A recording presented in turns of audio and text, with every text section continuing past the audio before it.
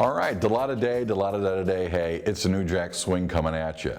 We're back with Tom Monteleone. We have so much to discuss and so little time, so we have choices. Yes. Either we can try to cram in as much as we can and speed talk, you know, kind of like Daffy Duck-it, or we'll just have to have you back almost every week. Well, then we're going to have to meet at a different city and a different convention every week, right? That's true, that's true. Though the Horrifying's been a fun weekend, though. It's been a really cool weekend. And at any time, you can see people just like walking behind your head. That's how wide open it is at this convention.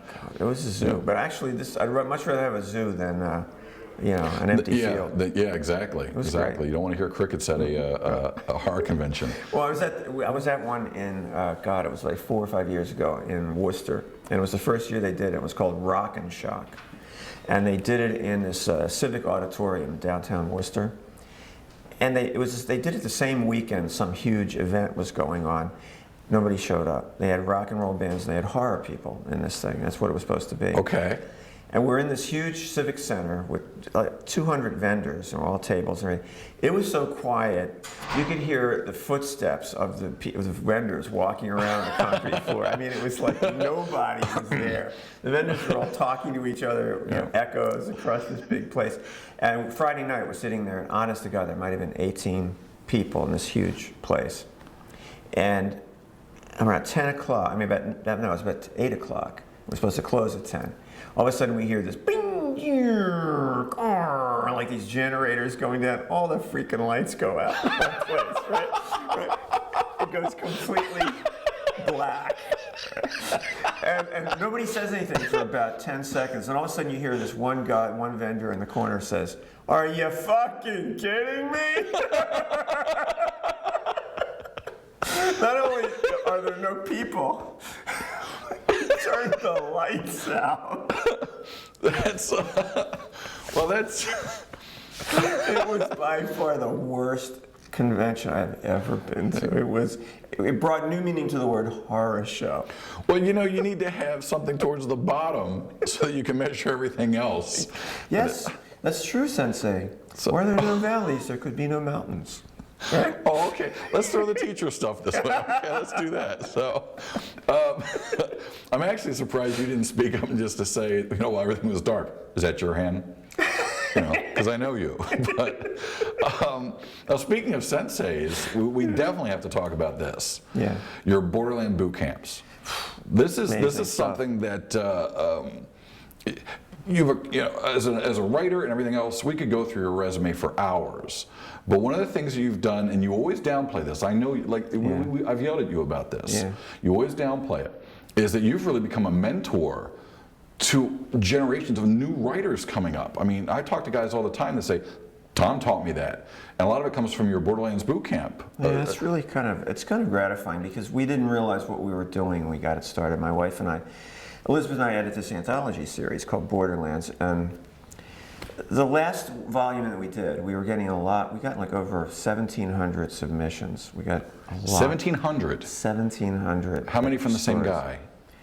There were 4 or 5 guys that would send you 7 or 8 stories, you know, that you would remember, and because you'd see their names so much. And you're trying to pick 20 good stories out of that. And it got to be overwhelming, because we had a good reputation for the anthology, and just got too many. I mean, there was no theme to the anthologies in any original story you want to come up with. So you didn't even close it down where you say, you know, within these parameters. No, because a lot of times when editors do anthologies, they call up all the usual suspects, and they get at least 10 of the 20 slots with people they know and stuff like that. And we never did that. We just it was always wide open. Anybody could send anything.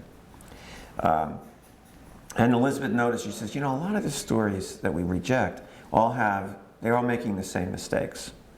Yeah, either they don't understand dialogue, or they have no idea how to end a story, or anything like that. And she says, why don't we do a boot camp? Why don't we see if we could get people to show up? So we started advertising in Cemetery Dance, and we got David Morrell, he wrote First Blood. Wow. He's Rambo's dad, in case you don't know. He invented Rambo, and he was one of our instructors. We had Paul Wilson, who did the Adversary Cycle, Richard Chismar, who was the editor of Cemetery Dance, and we had, let's see, who else was there? Ginger Buchanan, who was the editor-in-chief at Berkeley Books. So we had really good instructors, you know, for that first one. And we brought 24 writers in. And they came in on Friday night, and they all looked like they had just been caught in the prison, you know, searchbelight. How did the writers get in? Well, they had to send samples, writing samples, and we picked the best 24 out of the, you know, all the applications we got. We got like 80 people that wanted to do it. Gotcha. Now, we didn't have any plan. We didn't really know what we were doing. Okay, we were trying to figure, well, what do you think will work? You know, what are we gonna do with them for all weekend? So Friday night we did this. We did this thing where they came in and they were sat in this little room, and each instructor gave like 10 minutes on their topic. Each instructor covered a different aspect of what good writing is. Right. One guy did plot. One guy did character. Another guy did dialogue.